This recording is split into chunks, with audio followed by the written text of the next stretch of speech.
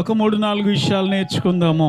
వేటిలో మనము చక్కగా ఉండాలో చూద్దాం. చూడండి, ఆదికాండము 22వ అధ్యాయము 9వ వచనం. అలాగూ వారిద్దరు కూడా కూడి వెళ్ళి దేవుడు అతనితో చెప్పిన చోటికి వచ్చినప్పుడు అబ్రహాము అక్కడ బలిపీఠమును కట్టి అది కట్టెలు చక్కగా పేర్చి తన కుమారుడగు ఇస్సాకును బంధించి ఆ పీఠము పైనున్న కట్టెల మీద ఉంచెను. అందరూ స్తోత్రం చెల్లిద్దామా ఒకసారి బిగ్గరగా హల్లెలూయా. ఇక్కడ మనం చూసినప్పుడు అబ్రహాము తన కుమారుణ్ణి బలి ఇవ్వడానికి వచ్చినప్పుడు అక్కడ ఏం చేస్తున్నాడంటే బలిపీఠాన్ని ఎలా పడితే అలా కట్టట్లేదు. కట్టెలను ఎలా పడితే అలా పెట్టట్లేదు. అబ్రహాము మనం చూసినప్పుడు అక్కడ ఒక క్రమమైన రీతిలో కట్టెలు పేరుస్తున్నట్లుగా మనం చూస్తున్నాం. ఒక లైన్ అనేది పాటిస్తున్నాడు, ఒక క్రమం అనేది పాటిస్తున్నాడు. దేవుని బిడ్డలారా, ఎందుకంటే దేవునికి బలి ఇవ్వబోతున్నాడు కాబట్టి దేవునికి చేసేది ఏది కూడా క్రమం లేకుండా ఉండకూడదు. దేవునికి చేసేది ఏది కూడా క్రమం లేకుండా ఉండకూడదని అతడు క్రమముగా కట్టెలు పేరుస్తూ వస్తున్నాడు. దేవుని బిడ్డ, ఈ రాత్రి నిన్ను అడుగుతున్నాడు దేవుడు, నీ ప్రార్థనా జీవితం క్రమంగా ఉందా? ఈ 2025 సంవత్సరంలో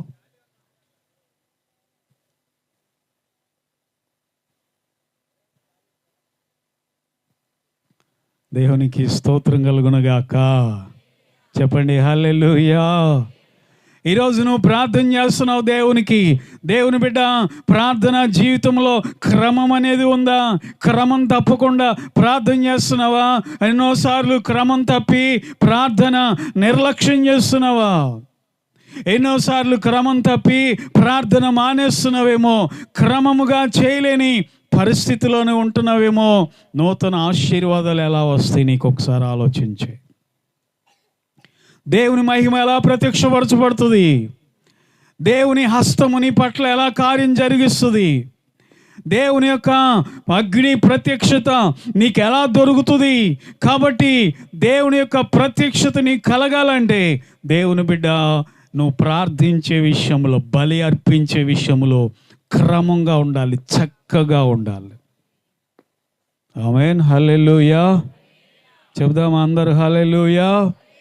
ఎందుకంటే నూతన సంవత్సరం అనగానే నూతన కార్యాలు జరగాలని మనం అందరం కూడా చాలా ఆశతో వస్తామండి ప్రభు సన్నిధికి. ఈ సంవత్సరం అంతా కష్టాలే, ఈ సంవత్సరం అంతా తలనొప్పులే, ఈ సంవత్సరం అంతా బాధలే. నాకు కొత్త సంవత్సరంలో నా బ్రతుకు మారాలి, నా జీవితం మారాలి, దేవుడు నాకు నెమ్మదిని, శాంతిని, సమాధానాన్ని ప్రభు అనుగ్రహించాలి అనేటటువంటి గంపెడు ఆశలతో మనం ఇక్కడికి వస్తాం. మంచిదే ప్రియమైన దేవుని బిడ్డలారా. రాబోయే సంవత్సరంలో మనకు ఆశీర్వాదకరమైన కార్యాలు జరగాలని అంటే ముందు మనం ఏం చేయాలంటే దైవ సన్నిధిలో చక్కగా మనం ఉండాలి, మనల్ని మనం క్రమపరచుకోవాలి. అర్థమవుతుందా? రాబోయే సంవత్సరాలలో ఇక మంచి అనేది జరగదని బయట అందరూ కూడా చెప్పుకుంటా ఉన్నారు. రానున్న దినాలన్నీ కూడా ఇంకా భయంకరమైనవని, రాబోయే సంవత్సరాలన్నీ కూడా ఇంకా ఎంతకంటే దారుణంగా ఉంటాయని, ఏమండి ఎన్నో జరుగుతాయని బయట అందరూ చెప్తా ఉన్నారు. రష్యా దగ్గర, రష్యా దేశంలో బల్గేరియా అనే ఒక ప్రాంతం, బల్గేరియాలో ఒక ఆమె ఉండేది. ఆమె పేరు బాబా వంగ. మీరు వినే ఉంటారు టీవీలో. ఆమె కళ్ళు లేవు, చచ్చిపోయింది. ఆమె ఇప్పుడు లేదు, కళ్ళు లేవు. ఆ మధ్య బ్రతికినప్పుడు జరగబోయే అన్నీ కూడా ముందే చెప్పిందంట. సునామీ వస్తుందని అని చెప్పిందంట. ఆమె లేదు, అప్పుడు చచ్చిపోయింది. కానీ సునామీ వచ్చింది. ఏమండి, యుద్ధాలు జరుగుతాయని అని చెప్పిందంట. ఆ కళ్ళు లేని ఆమె పేరు ఏమని చెప్పాను? బాబా వంగ. ఇది బాగా గుర్తుంటుంది మీకు, చాలా ఈజీగా ఉంది కదా. దేవునికి స్తోత్రం కలుగునుగాక. హల్లెలూయా. కాబట్టి ఆమె చెప్పిందంట. ఆమె చెప్పినట్లు ఒకటి మీకు చెప్తున్నాను. ఒకటి మీకు చెప్తున్నాను, 2026 హలో అందరూ వింటున్నారా? 2026లోనంట ఎలియన్స్ వస్తారంట. ఎలియన్స్ అంటే గ్రహాంతరవాసులు, వేరే గ్రహంలో ఉండేవాళ్ళు వస్తారంట. దానికి తగ్గట్టుగా ఈ మధ్య ఒకటి కనిపెట్టారు, ఆకాశంలో ఒకటి దూసుకొస్తుంది, 60 కిలోమీటర్ల పొడుగు, 20 కిలోమీటర్ల వెడల్పు అంట. అదేంటో అర్థం కావట్లేదు సైంటిస్టులకి. విశ్వంలో చాలా దూరం నుండి చాలా వేగంగా వస్తూ ఉంది భూమి మీదకి. కొంతమంది అంటారు అది గ్రహాంతర వాసుల విమానం అంటారు. మనోళ్ళు పువ్వు పూసిందంటే ఏమంటారు, ఇంకొకళ్ళు కాయే కాసిందిరా బాబు అని చెప్పేసి మనుషులు అనమాట మనోళ్ళు. కాబట్టి దాని గురించి చిత్ర విచిత్రాలుగా దాన్ని యానిమేట్ చేసి యూట్యూబ్లో భయపెట్టేస్తున్నారు, వచ్చేస్తున్నారు, ఇంకేముంది మన మీద యుద్ధం చేయడానికి వస్తున్నారు, మనల్ని చంపేస్తారు అని రకరకాల ఊహాగానాలు అనమాట. సో ఆ బాబా వంగా చెప్పింది నిజం అవ్వాలంటే 2026లో ఎవరు రావాలి ఇక్కడికి? ఎవరు రావాలి? ఏలియన్స్ అంటే గ్రహాంతరవాసు. మరి వాళ్ళు వచ్చారంటే మీరు అందరూ ఎలా ఉండాలి? సెల్కోట్లు వేసుకుని కాదు, ఏం చేయాలి? వాళ్ళతో కొంపదీసి రాముడిపాడు ఒక ఆయన వచ్చాడు అనుకోండి, ఏం చేయాలి? ఆ గ్రహాంతరవాసి వచ్చాడు అనుకో, ఏం చేయాలి? వాళ్ళకి బట్టలు ఉండవు, ఏముండవు, మన శరీరం కూడా వాళ్ళది వేరేగా ఉంటుంది. కొన్ని బొమ్మలు ఉంటాయి యూట్యూబ్లో మనం చూస్తే, ఎలియన్స్ యొక్క రూపం మనం చూస్తే భలే విచిత్రంగా ఉంటుంది వాళ్ళది. అర్థమవుతుందా? మనకంటే ఎక్కువ టెక్నాలజీ ఉండొచ్చు అంట వాళ్ళకి, మనకంటే ఎక్కువ జ్ఞానం ఉండొచ్చు అంట వాళ్ళకి. కానీ బైబిల్ ప్రకారం అయితే భూమి మీద తప్ప ఇంకెక్కడా మనుషులు లేరు. బైబిల్ ప్రకారం చెప్పాలంటే భూమి మీద ఉంది ఆక్సిజన్, భూమి మీద తప్ప ఈ జీవవాయువు ఈ విశ్వంలో ఏ గ్రహాల మీద లేదు. ఆక్సిజన్ లేదు కాబట్టి, ఈ జీవవాయువు లేదు కాబట్టి ఎవరు కూడా జీవించడానికి అవకాశమే లేదు ఇక విశ్వంలో. బైబిల్ ప్రకారం చెప్పాలంటే ఈ భూమి మీద దేవుడు జీవాన్ని ఇచ్చాడు మనుషులకి. ఈ భూమి మీద నుండి చంద్రమండలంకి వెళ్తే అక్కడ ఆక్సిజన్ లేదు, ఎక్కడ కూడా లేదు. కాబట్టి ఇవన్నీ కూడా చెబుతూ ఉన్నారు రాను. మనం ఏమనుకుంటామంటే వచ్చే సంవత్సరం నాకు అంతా మేలు జరిగితే బాగుండు, అంతా క్షేమం జరిగితే బాగుండని మనం కోరుకుంటూ ఉంటాం. కానీ ప్రియమైన దేవుని బిడ్డలారా, వచ్చే సంవత్సరాలన్నీ కూడా ఎంతకంటే దారుణంగా ఉంటాయని చెప్తా ఉన్నారు సైంటిస్టులు. అయితే ఒకటి మాత్రం వాస్తవం, దేవుని కృప మనతో ఉంటే అది ఏ సంవత్సరమైనా మనకు ఆశీర్వాదకరంగా ఉంటుంది. హల్లెలూయా. దేవుని యొక్క ప్రసన్నత, దేవుని ప్రత్యక్షత మనతో ఉంటే, దేవుని కుడి హస్తము మనతో ఉంటే ప్రియులారా, అది ఎలాంటి సంవత్సరమైనా, ఎలాంటి ప్రజలైనా, ఎలాంటి సంఘటనలు జరిగినా దేవుడు మనలను క్షేమముగా నడిపించునుగాక.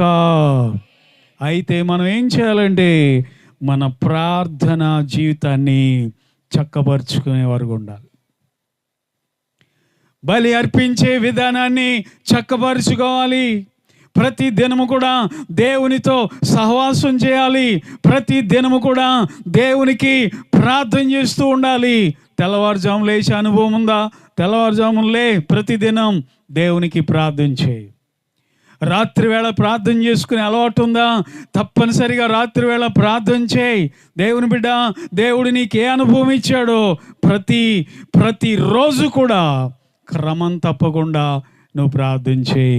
నా దేవుని ప్రత్యక్షత నీవు పొందుకొందువుగాక. హల్లెలూయా. కట్టెలు క్రమంగా పేర్చాడంట.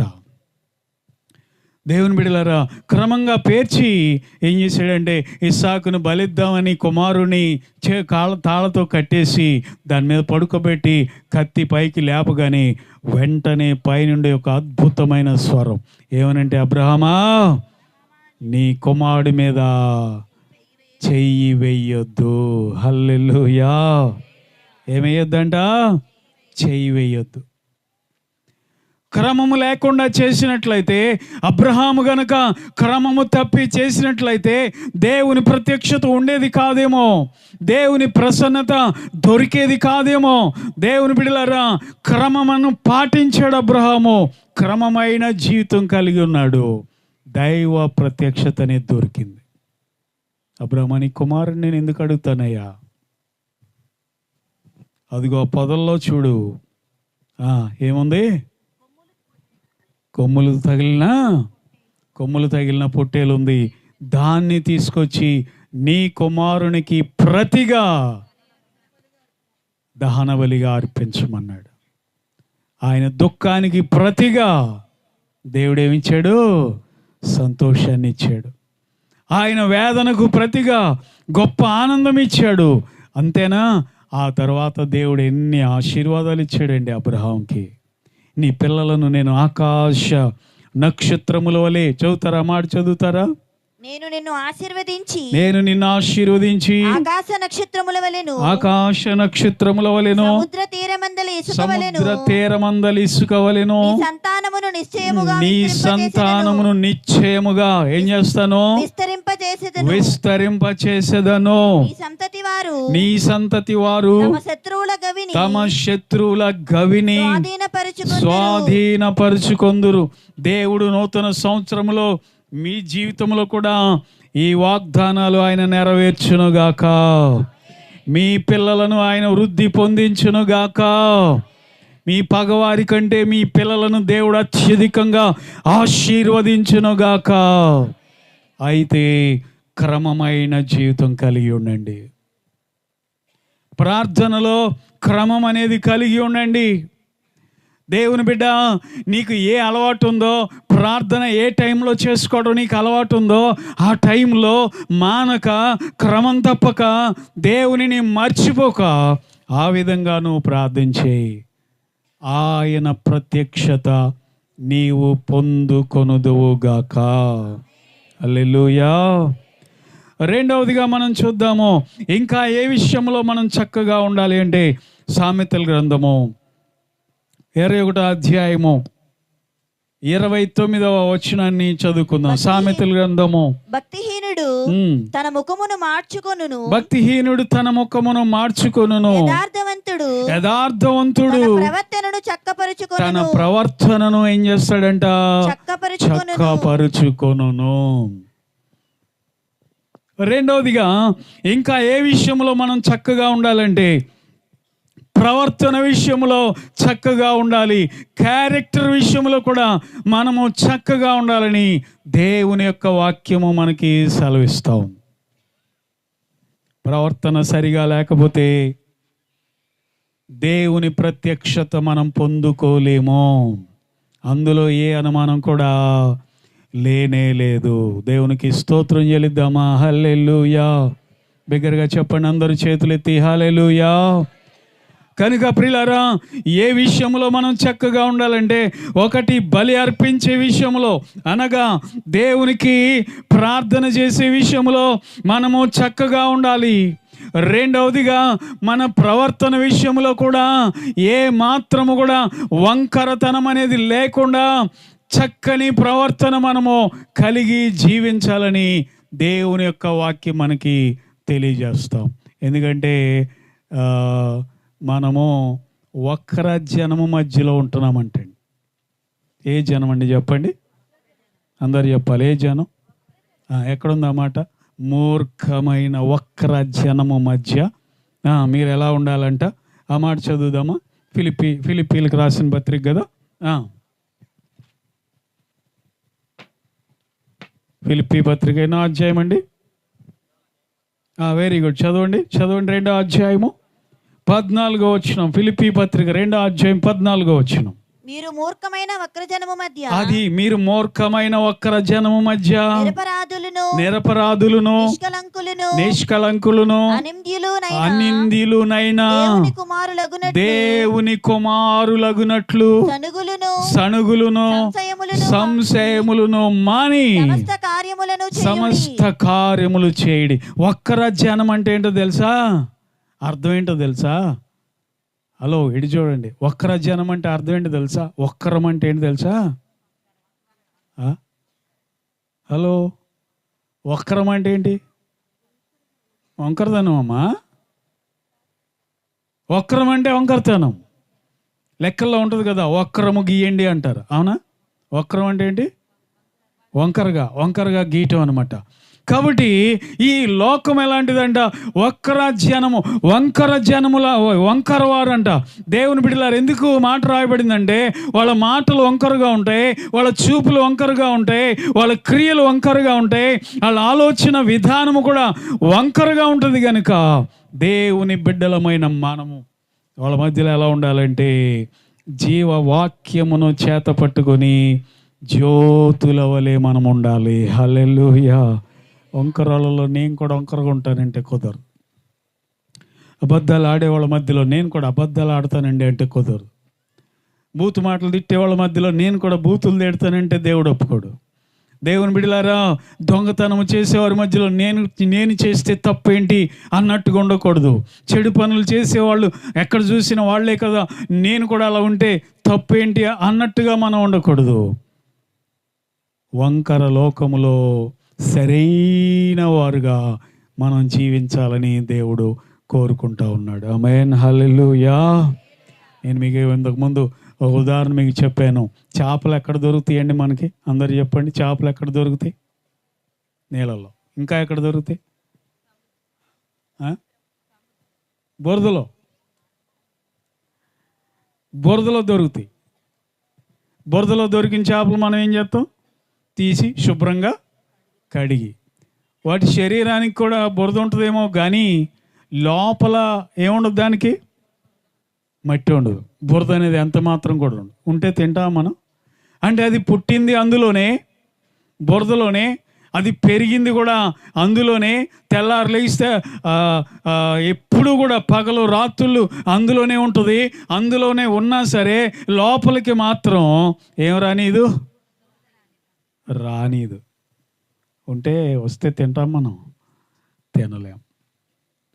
అంటే ఆక్సిజన్ మాత్రం పీల్చుకుంటుంది, అది బ్రతకడానికి కావాలి. కాబట్టి ఆ బురదలో నుండి నేలలోకి పైకి వచ్చి తన ఆహారాన్ని మాత్రం తీసుకుంటుంది. కానీ ఆ రోతంతా కూడా, ఆ బురదంతా కూడా తనని ఏ మాత్రం కూడా అంటుకోదు. సంగమా, దేవుని సంగమా, మనము కూడా ఆ విధంగా ఉండాలని దేవుడు కోరుకుంటా ఉన్నాడు. దేవునికి స్తోత్రం కలుగునుగాక. చెబుదామండి హల్లెలూయా. ఉడత జాతికి చెందిన హెర్మైన్ అనే జంతువు ఉంటుందంట అరణ్యంలో. హెర్మైన్ అనేటటువంటి ఆ జంతువు తెల్లగా ఉంటుందంటండి. దాని జుట్టు, శరీరం అంతా కూడా కొంచెం కూడా దాని మీద మట్టి పడడానికి ఎంత మాత్రం ఇష్టం ఉండదు. అది భూమికి రంధ్రం చేసి భూమిలో ఉంటుందంట. దాని పేరేంటి చెప్పండి? హెర్మైన్. అది ఉడత జాతికి చెందిన, ఉడత కంటే ఇంకొంచెం పెద్ద సైజులో చిన్న కుందేలు సైజులో ఉంటుందంట. అది కుందేలు కంటే కూడా ఇంకా తెల్లగా ఉంటుందంట. దేవుని బిడ్డలారా, అది భూమికి రంధ్రం చేసుకుని భూమి లోపల ఉంటుందంట. ఏటగాళ్ళు ఎలా పట్టుకుంటారు తెలుసా? ఏటగాళ్ళు ఏం చేస్తారంటే వేటగాళ్ళు ఆ కుక్కను తీసుకెళ్ళి చెట్టు చాటు నుండి ఈయన వచ్చి ఏం చేస్తాడంటే దూరంగా ఉండి ఈయన వచ్చి దాన్ని ఏమంటారు, ఆ హెర్మైన్ భూమిలోకి వెళ్ళేటటువంటి ఆ కలుగు దగ్గర, ఆ రంధ్రం దగ్గర మట్టి అంతా బురదంతా తీసుకొచ్చి రాసేస్తాడంట. రాసి ఆ వేట కుక్కను పట్టుకొని ఆ చెట్టు చాటున ఉంటాడంటే. దేవుని బిడ్డలారా, ఎప్పుడైతే ఈ జంతువు హెర్మైన్ అనేటువంటి ఆ తెల్లని జంతువు ఈ గొయ్యి దగ్గరకు వచ్చి చూసిందో, లోపలికి వెళ్ళాలని చూసిందో, బురద ఏమాత్రం అంటుకోవడానికి ఇష్టం లేక అక్కడక్కడే చుట్టూ తిరుగుతుందండి. అక్కడక్కడే తిరుగుతుంది. ఈలోపు ఏం చేస్తాడంటే ఈ వేటగాడు వేట కుక్కను వదులుతాడు దాని మీదకి. వేట కుక్క పరిగెత్తుకుంటూ వచ్చేటప్పుడు కూడా దేవుని బిడ్డలారు, అయ్యో అది నన్ను చంపడానికి వస్తుంది, దీనిలోకి లోపలికి వెళ్ళిపోదాం, మట్టి అయితే అయ్యింది అని అనుకోదు. కానీ అది తన శరీరాన్ని అంత పవిత్రంగా కాపాడుకుంటుంది. అవసరమైతే వేట కుక్క కూడా ఇది దొరికిపోతుందంట. దానిలో ఉన్నటువంటి ప్రత్యేకత అంటే తన శరీరాన్ని ఏం చేసుకోవడానికి ఇష్టపడట్లేదు, ఎంత మాత్రం కూడా మట్టి చేసుకోవడానికి ఇష్టపడట్లా. దాని క్యారెక్టర్ అది, దాని స్వభావం అది, దాని ప్రవర్తన లాంటిది. ఓ ఎర్మైన్ జంతువా, దానికి వేట కుక్కకు బలైపోతావు కదా నువ్వు అంటే, అయినా పర్వాలేదు, పొరపాటున అపవిత్రత నేను అంటుకోను అని చెప్పి అంత పవిత్రంగా అది కాపాడుకుంటున్నట్లుగా మనం చూస్తున్నాం.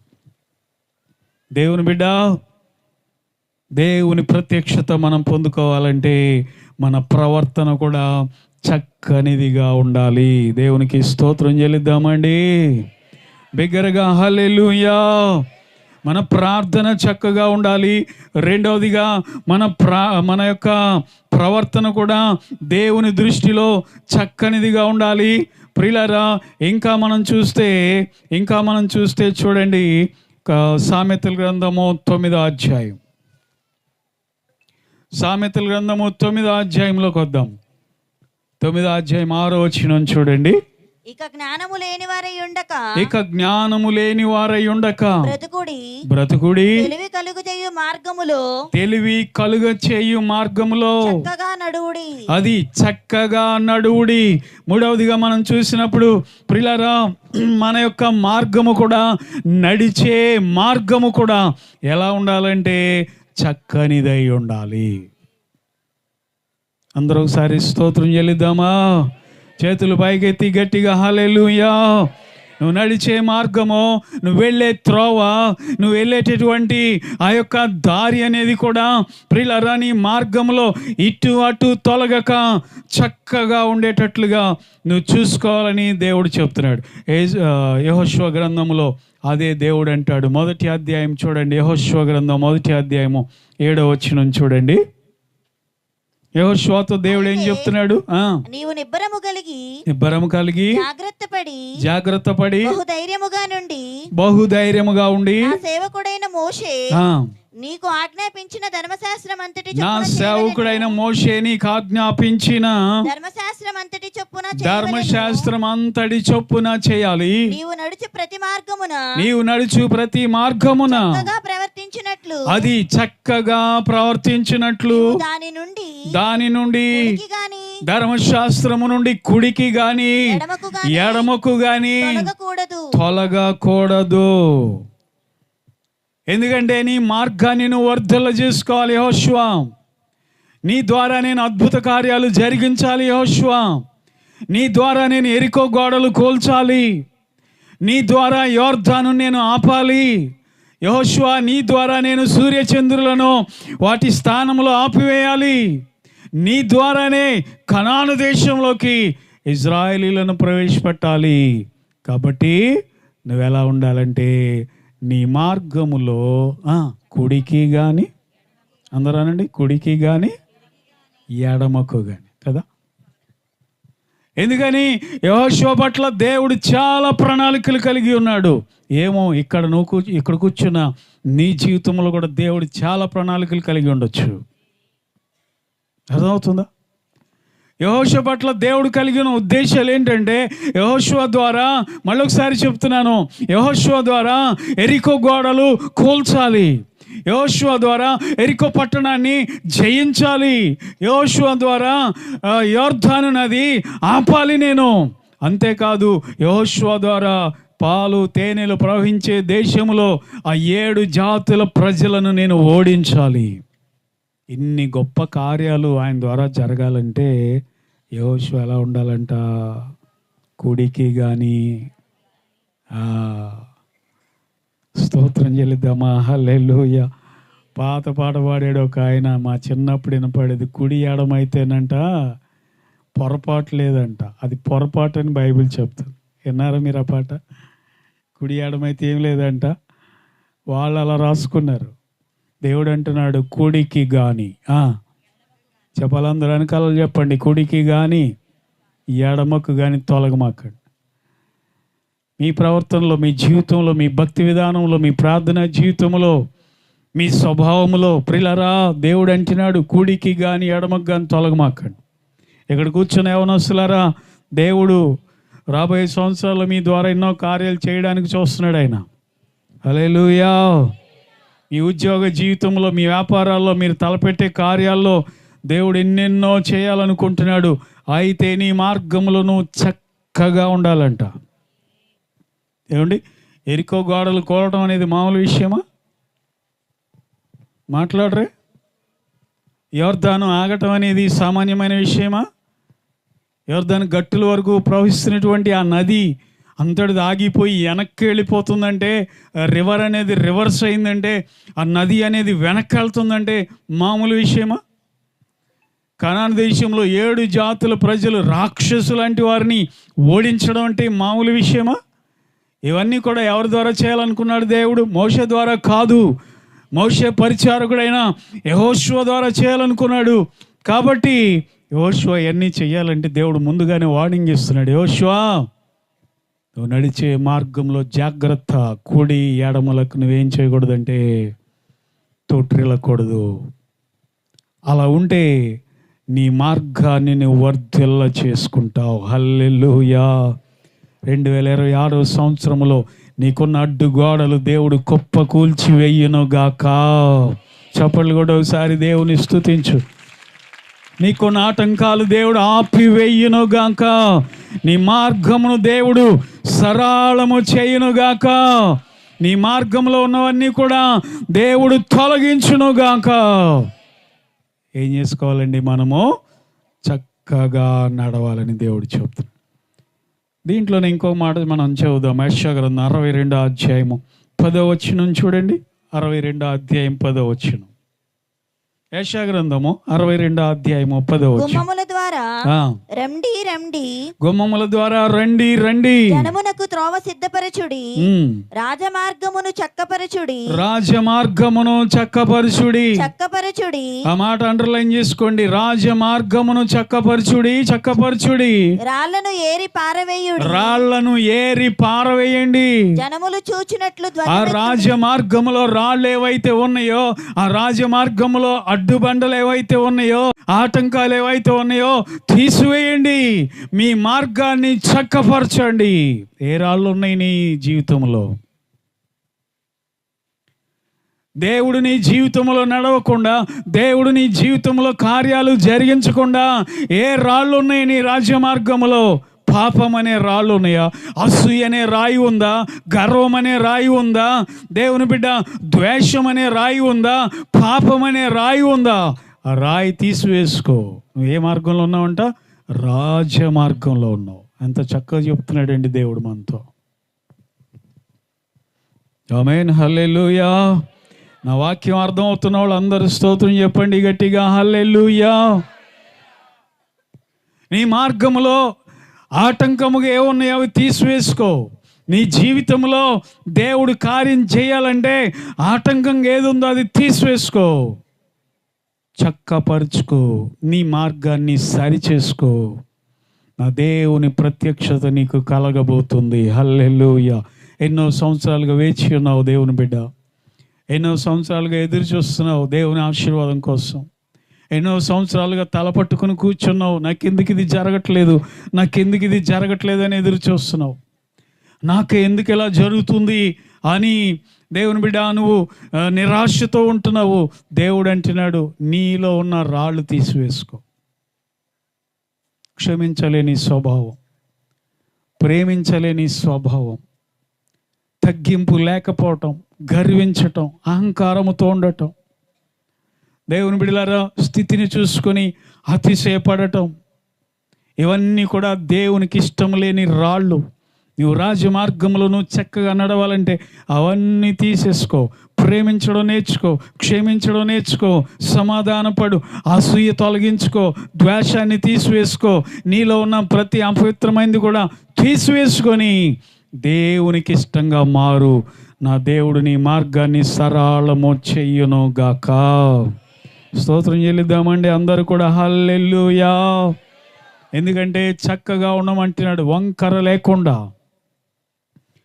మన ఆత్మీయ జీవితంలో ఏ వంకరతనం అనేది లేకుండా దేవుడు అంటాడు చక్కగా ఉండమంటున్నాడు, సరి చేసుకోమంటున్నాడు. ఒకవేళ సరిగా లేదేమో నీ జీవితాన్ని సరి చేసుకోమని దేవుడు బ్రతిమలాడుతున్నాడు. ఈ సంవత్సరాంతంలో నీలో ఏదైనా తప్పులు ఉన్నాయేమో చక్కదిద్దుకోమంటున్నాడు ప్రభు. ఆశీర్వాదాన్ని కోరుకుంటున్న నీవు, అద్భుతాలు కోరుకుంటున్న నీవు, ఆశ్చర్యమైన కార్యాలు కోరుకుంటున్న నీవు, దేవునికి ఏమైతే ఇష్టంగా లేవో నీ జీవితంలో అవన్నీ కూడా తీసివేసుకో. ఆమేన్. హల్లెలూయా చెబుదామండి అందరూ కూడా. హల్లెలూయా బిగ్గరగా చెబుదాం. హల్లెలూయా హల్లెలూయా. అంతా చక్కగా ఉంటేనే మనం ఇష్టపడతాం. అర్థమవుతుందండి? ఆఫ్టర్ ఆల్ మనుషులమే అది కోరుకుంటాం. ఈ పందిర్లోకి వచ్చేటప్పుడు పరదాలు సరిగా లేవనుకోండి, కూర్చోడానికి ఇష్టపడం. ఓ లైట్లు ఊడిపోయి ఎలాడుతున్నాయి అనుకోండి, ఈ స్టేజ్ సరిగా లేదనుకోండి, ఈ మైక్ సిస్టమ్ సరిగా లేదనుకోండి, ఎంత మంచి సౌండ్ సిస్టమ్ పెట్టాడు చూడండి, ఈ మా సౌండ్ సిస్టమ్ లేదనుకోండి, ప్రియులారా మనం ఇష్టపడం. దేనికి దానికి సరిగా ఉంటేనే, అంతా క్రమంగా ఉంటేనే మనం అందరము కూడా ఎంతో ఇష్టపడతాము. అందుకే నేను కూడా ఎవరు వచ్చినా రాపోయిన టయానికి ప్రార్థన మొదలు పెట్టేస్తూ ఉంటాను. ఎందుకనంటే దేవుడు ఏం కోరుకుంటున్నాడంటే మనలో ఒక క్రమమైన జీవితం కోరుకుంటున్నాడు. మన పాటలు కాదు ఆయన కోరుకునేది.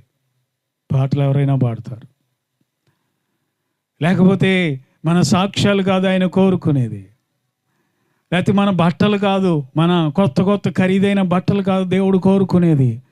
మన హృదయము చక్కగా, మన జీవితము చక్కగా ఉండాలని ఆయన ఆశిస్తున్నాడు దేవుని బిడ్డ.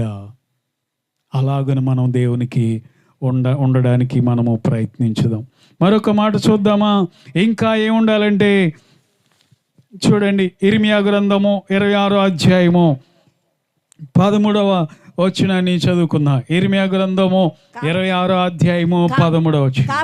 కాబట్టి యెహోవా మీకు చేసేదనని తాను చెప్పిన కీడును గూర్చి, యెహోవా తాను చేసేదనని తాను చెప్పిన కీడును గూర్చి ఆయన సంతాపపడినట్లు మీరు మీ మార్గములను మీ క్రియలను చక్కపరుచుకొని దేవుడైన యెహోవా మాట వినుడి. మీ దేవుడైన యెహోవా మాట వినండి. స్తోత్రం చెప్పొచ్చుగా ఒకసారి అందరూ కూడా. హల్లెలూయా బిగ్గరగా హల్లెలూయా హల్లెలూయా. దేవుడు అంటున్నాడు కదా, మీ క్రియలను కూడా చక్కపరుచుకోండి. ప్రియులారా, ఎందుకంటే దేవుడు కీడు చేస్తానని చెప్పాడు కదా. ఆ కీడు మీ మీదకి రాకుండా ఉండాలంటే, మీకు మేలు కలగాలంటే, ఆ కీడు నుండి తప్పించబడాలని అంటే మీరేం చేయాలంటే, మీరు చేసే క్రియలు ఉన్నాయే ఆ క్రియలు కూడా చక్కపరుచుకోండి అంటున్నాడు దేవుడు. మనం చేసే పనులు ఉన్నాయే ఆ పనులు దేవునికి నచ్చట్లేదంట. మనం ఆలోచించే విధానం ఉందే ఆ విధానం దేవునికి నచ్చట్లేదంట. దేవుని బిడ్డలారా, మనలను మనము సరి చేసుకుంటే కీడుల నుండి దేవుడు విడిపించగలిగిన సమర్థుడై ఉన్నాడు. ఒక కీడు అనేది ఎంత భయంకరమైన నష్టం కలిగిస్తుందో మనకి అర్థమవుతుందండి. ఒక కీడు అనేది ఎంత భయంకరమైన నష్టంలోకి మనల్ని నెట్టేస్తుందో. ఆరోగ్యం పాడు చేసేస్తుంది, సమయాన్ని వేస్ట్ చేసేస్తుంది, ధనం నష్టపరిచేస్తుంది. ఒక కీడు అనేది దుఃఖాన్ని కలిగిస్తుంది, కుటుంబం అంతా ఏడ్చేలాగా చేస్తుంది ఒక కీడు అనేది. ఆ కీడు తొలగిపోవాలనంటే ఏం చేయాలంట? మనము మన క్రియలను చక్కబరుచుకోవాలి. నీ క్రియలు ఎలా ఉన్నాయి ఈ రోజున? ఇంట్లో నీ క్రియలు ఎలా ఉన్నాయి? నీ వెళ్ళే ఉద్యోగంలో నీ క్రియలు ఎలా ఉన్నాయి? వ్యాపారం చేస్తున్నావు, వ్యాపారంలో నీ క్రియలు ఎలా ఉన్నాయి? యథార్థంగా ఉన్నాయా? మోసపూరితంగా ఉన్నాయా? నీ వ్యాపారం మోసపూరితంగా ఉందా? దేవుని బిడ్డ, పనికి వెళ్తున్నావు, పనిలో నీ క్రియలు ఎలా ఉన్నాయి? ఇంటిలో అందరి ముందు ఎలా ఉన్నాయి? ఒంటరిగా ఉన్నప్పుడు నీ క్రియలు ఎలా ఉన్నాయి? సంఘములో ఎలా ఉంది నీ క్రియలు? రోడ్డు మీద ఎలా ఉన్నాయి? పబ్లిక్లో ఎలా ఉన్నావు? ప్రైవేట్గా ఎలా ఉన్నావు? ఒకసారి ఆలోచించే. అది చక్కపరుచుకోమని దేవుడు మాట్లాడుతున్నాడు.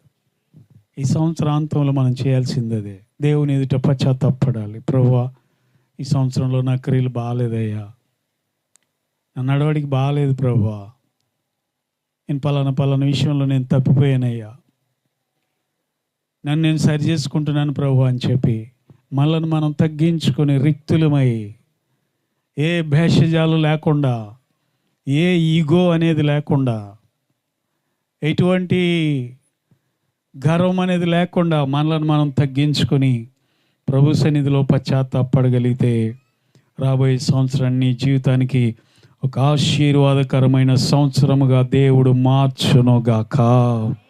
హల్లెలూయా. దేవుడు ఏమంటున్నాడు? రక్షింప నేరక ఎండినట్లు యెహోవా హస్తము కోర్చుకాలేదు, విననేరక ఎండినట్లు ఆయన చెవులు మందం కాలేదు. మీ దోషములే మీకును మీ దేవునికి అడ్డముగా వచ్చాను. ఎంత బలమైన మాట అండి అది. సంవత్సరములు కాదు మన జీవితాలను మార్చేది. మార్చడం అనేది మన చేతిలోనే ఉంది. మన జీవితాలు మార్చబడటం అనేది మన చేతిలో ఉంది. దేవుని బిడ్డలారా, దేవుడు మనకే అప్పగించాడు. అది ఆశీర్వాదం పొందాలా వద్దా అనేది దేవుడు మనకే అప్పగించాడు. మన క్రియలు చక్కపరుచుకుంటే నా దేవుని ప్రత్యక్షత మన జీవితంలోనికి బాలముగా దిగి వచ్చునుగాక. హల్లెలూయా.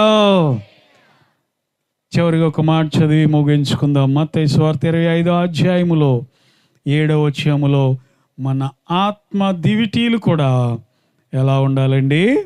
చక్కబరుచుకోవాలని ప్రభు సెలవిస్తున్నాడు. అప్పుడు ఆ కన్యకలందరూ లేచి తమ దివిటీలను చక్కపరిచిరి. తమ దివిటీలను ఏం చేశారంట? చక్కపరిచిరి. అంటే ఏమవుతున్నాయి ఆ టైంలో ఏమవుతున్నాయి? వారి దివిటీలు ఏమవుతున్నాయమ్మా? బుద్ధిగలవారా? తమ దివిటీలతో కూడా సిద్ధెలలో నీరు తీసుకొని పోయిరి. సిద్ధెలలో నూనె తీసుకొని పోయిరి. పెళ్లి కుమారుడు ఆలస్యమ చేయగా వారందరూ కునికి నిద్ర. అది సరే, వాళ్ళ దివిటీలు ఏమవుతున్నాయి ఆ టైంలో? అది చెప్పాలి. అంటే వాళ్ళు వాటిని నిర్లక్ష్యం చేశారు. నిద్రపోవడం అంటే నిర్లక్ష్యం, కేర్లెస్నెస్. భక్తిలో నిర్లక్ష్యం, ప్రార్థనలో నిర్లక్ష్యం, ఆత్మ అనుభవాలలో నిర్లక్ష్యం. దేవుని బిడ్డలారా, దేవుడు అంటేనే అశ్రద్ధ, ఆరిపోవడం అంటే అదే. సో 5గురేమో వాటిని సరి చేసేసారు. వెంటనే అయ్యో నా డ్యూటీ ఆరిపోయేటట్టుందని వెంటనే నూనె పోసారు. 5గురేమో నూనె తేకుండా అశ్రద్ధగా వచ్చారు, నిర్లక్ష్యంగా వచ్చారు. సో దేవుడు ప్రియులారా, ప్రభు వచ్చేసరికి 5గురేమో రెడీగా ఉన్నారు. 5గురేమో అయ్యో మా దగ్గర నూనె లేదే అని చెప్పి బయటికి వెళ్ళిపోయారు. దేవుని బిడ్డలారా, 5గురు మాత్రమే పెండ్లి కుమారునితో కూడా లోపలికి వెళ్ళినట్లుగా మనము చూస్తూ ఉన్నాం. అందరూ స్తోత్రం చెల్లిద్దామా? ఎందుకని? చక్కపరుచుకునే స్వభావం వారికి లేదు కాబట్టి, వాళ్ళకి ఇష్టం లేదు కాబట్టి. దేవుని వాక్యం మనం సరిచేస్తుంది. సరి చేసుకోవడానికి ఇష్టం లేకపోతే దేవుని ప్రత్యక్షత మనకు దొరకదు. దైవ దర్శనం అనేది రాదు. దేవుని యొక్క స్వరం అనేది మనం వినలేం. దేవుని బిడ్డలారా, ఎంత ప్రార్థించినా కానీ దైవ పిలుపు అనేది మనకు దొరకదు. కాబట్టి మనం ఏం చేయాలంటే మన ఆత్మలను కూడా సరి చేసుకోవాలి. ఈ సంవత్సరాంతంలో వెలుగుతున్నావా? వెలిగి చివరికి వచ్చేసావా? వెలుగుతున్నావా? రేపో మాపో అన్నట్టుగా నీ భక్తి ఉందా? ఎందుకంటే ఆల్రెడీ ఆరిపోయిన వాళ్ళు ఉన్నారు. సో కనుక దేవుని బిడ్డలారా, మన దివిటీలు కూడా మనం ఏం చేసుకోవాలంటే సరి చేసుకోవాలి. చక్కగా వెలుగుతూ ప్రకాశిస్తూ ఉండాలి దేవుని సన్నిధిలో.